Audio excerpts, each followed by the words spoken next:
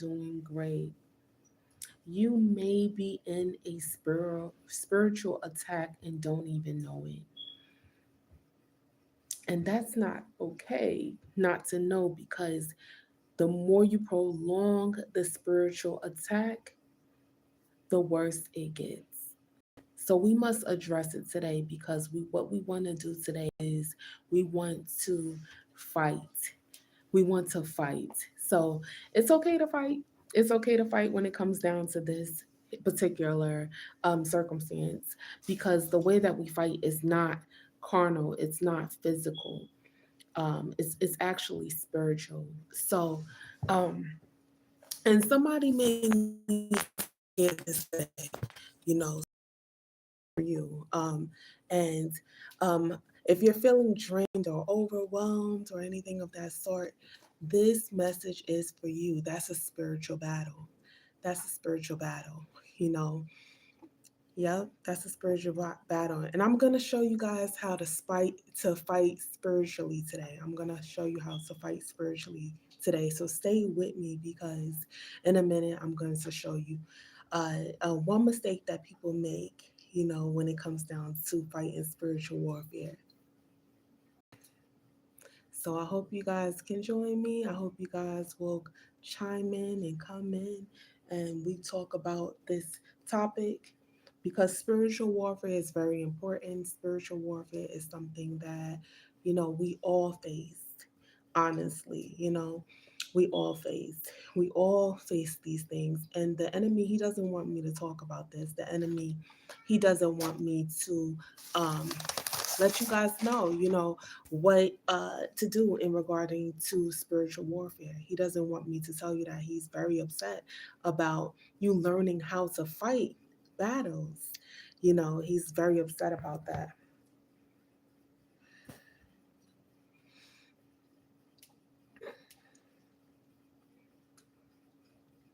Because let me tell you something. When it comes down to spiritual warfare, you can feel like you're under pressure. You may feel tired. You may feel like drained. You know what I mean? Because I remember when I was a little girl and I would go to bed in a good time, and then I would wake up, um, bright and early like I usually do, and I noticed that I was feeling so tired still, like I never went to sleep. And I did not understand that. And, as I gotten older, I learned that I was being spiritually drained, you know what I mean? Because in a spiritual battle, that's what they gain. They gain your energy, you know what I'm saying? So, um, that's why I say, and I tell people, and I always concern myself with the children, because our children are very important. Our children also are facing spiritual battles as well. Our children are also dealing with spiritual warfare as well. So we just have to, be mindful of that, and also have grace for our children, because they also face, these battles too. They may not know how to handle it, or we may think that, they have it easier because they're not dealing with the levels that we are on, but they're still dealing with it. Um, so when it comes down to spiritual warfare, and also being under pressure, you may feel like, everything is hitting you all at once, and is your mind is basically, everywhere. Like you're not thinking straight and things like that. That's a part of spiritual warfare, because it's a part of being under pressure, when your mind is not clear, when you're in a confusion state, that's a part of spiritual warfare. Um, when you're overthinking things through, that's a part of spiritual warfare as well, because you're not in a mindset of thinking clearly, and making uh choices that are, beneficial, because you're scatterbrained. You know what I'm saying? um Also, we have spiritual warfare where we're like emotional. where we're overly emotional or we're irritated and things of that sort, because our spirit, our spirit, it signifies and it recognizes the warfare first, and then it materializes into a physical form. So and then we start to become irritated, we start to become overwhelmed, and sometimes people just be crying for no reason. You be like, why are you crying, what's going on? And they may not be able to understand why, they're also crying as well. So, all of this is spiritual warfare. All of this is spiritual warfare. And then people sometimes may take the littlest things and make it into a big, overwhelming thing. And you're like, wow, that's so small. Why are you making a big deal out of it? Why? Because people are, not dealing with the matter in us spiritually. They're not putting their full armor of God on, and they're not preparing themselves for the battles that we're facing on a regular basis. We're facing these battles day to day. You know what I'm saying? So if you're not, taking hold of it and putting the full armor of God on, you're going to be irrational. You're going to be irrational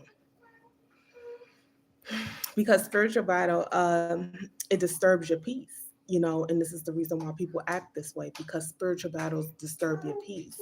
um it disturbs your confidence and your clarity, and this is the reason why people may, become emotional, because the this is what it becomes in the physical realm. This is what it becomes in the physical realm.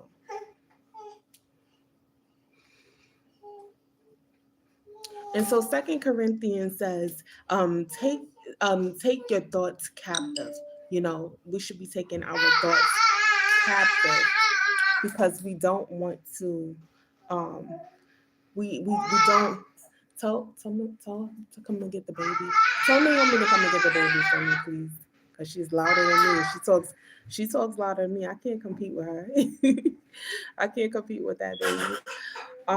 So Second Corinthians 10:5 says, taking thoughts captive. We should be taking our thoughts captive. We should be,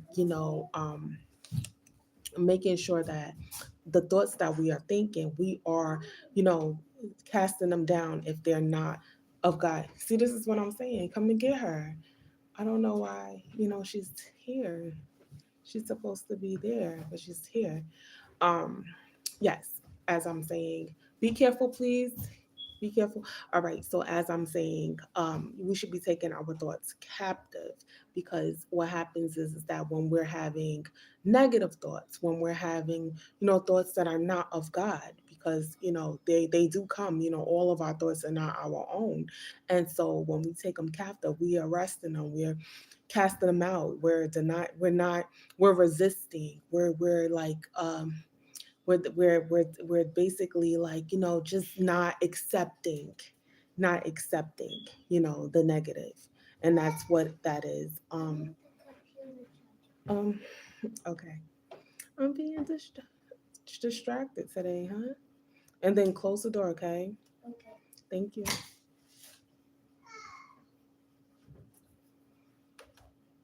And so for our life pressures, we just face that on a regular basis at times. Sometimes we get a break from the battles and things like that. I noticed that I received, a break from spiritual warfare for a couple of days, and I was like, "Oh my goodness, I'm a little nervous because I'm used to going to war." You know what I'm saying? I'm used to going. I'm used to going in. I ain't gonna lie to you. I'm the first one. I'm the first one in the field, to go in and to be fighting this spiritual battle and things like that. But like I said, I had a couple of days of break, and now I'm back at it. I'm back in the field. You know what I'm saying?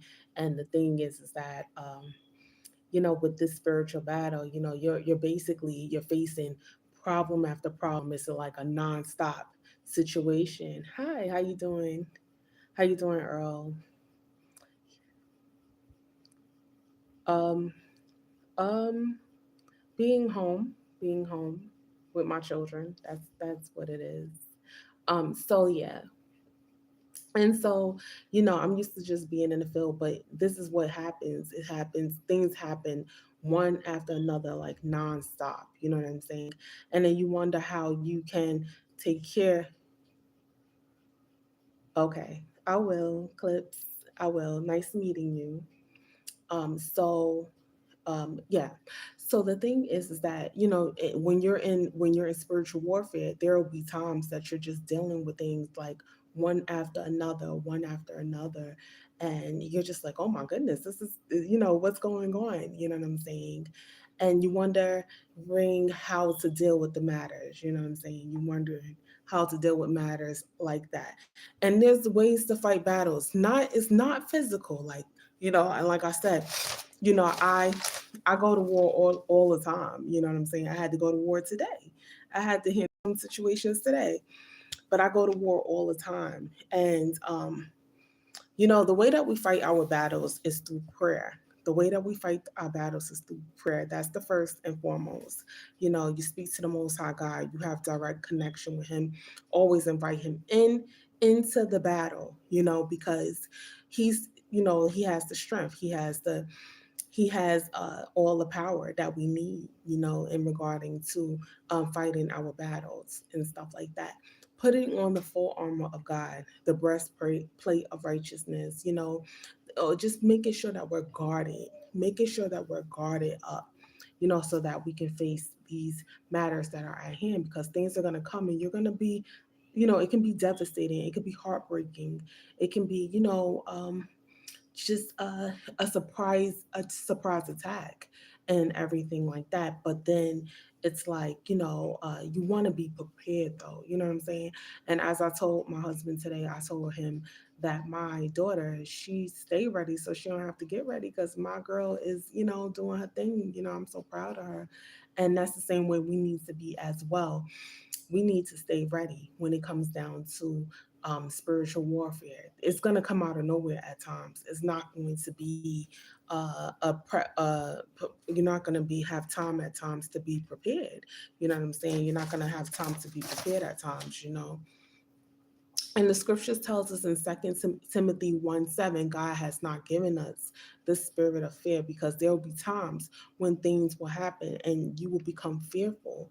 But we can release everything to God. We can release everything to Him and give Him, what is wrong and what is going on, and leave it in His hands. Also, don't neglect worship music. Worship music also helps, because what it does, it drives away negative energy and it uplifts your spirit, and puts you into the right mind state. And don't forget to have affirmations too, because affirmations help, because our words are, powerful. Our words are spiritual. Our words are weapons, and as we spoke about in previous videos. So what we say, really does affect our day. It affect our mood. It affect everything and so forth. So your words are weapons. So speak faith and not fear. You know what I'm saying? Speak faith and not fear. And so, as we talked about, with spiritual warfare, it can leave you fatigued. It can leave you, drained. It can leave you, just feeling hopeless. It can leave you, feeling stuck, because there is a way that the enemy does, where he leaves you in a state of confusion when it comes down to spiritual warfare.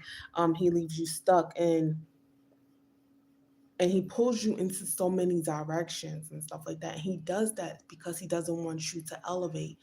Oh, I'm sorry. He doesn't want you to elevate. He doesn't want to see you move forward in life. And so therefore, what he does is he leaves you in a state of confusion. He leaves you, unknowing, and just, wanting to not have an understanding of, the matters that are at hand. And you won't be able to think clearly.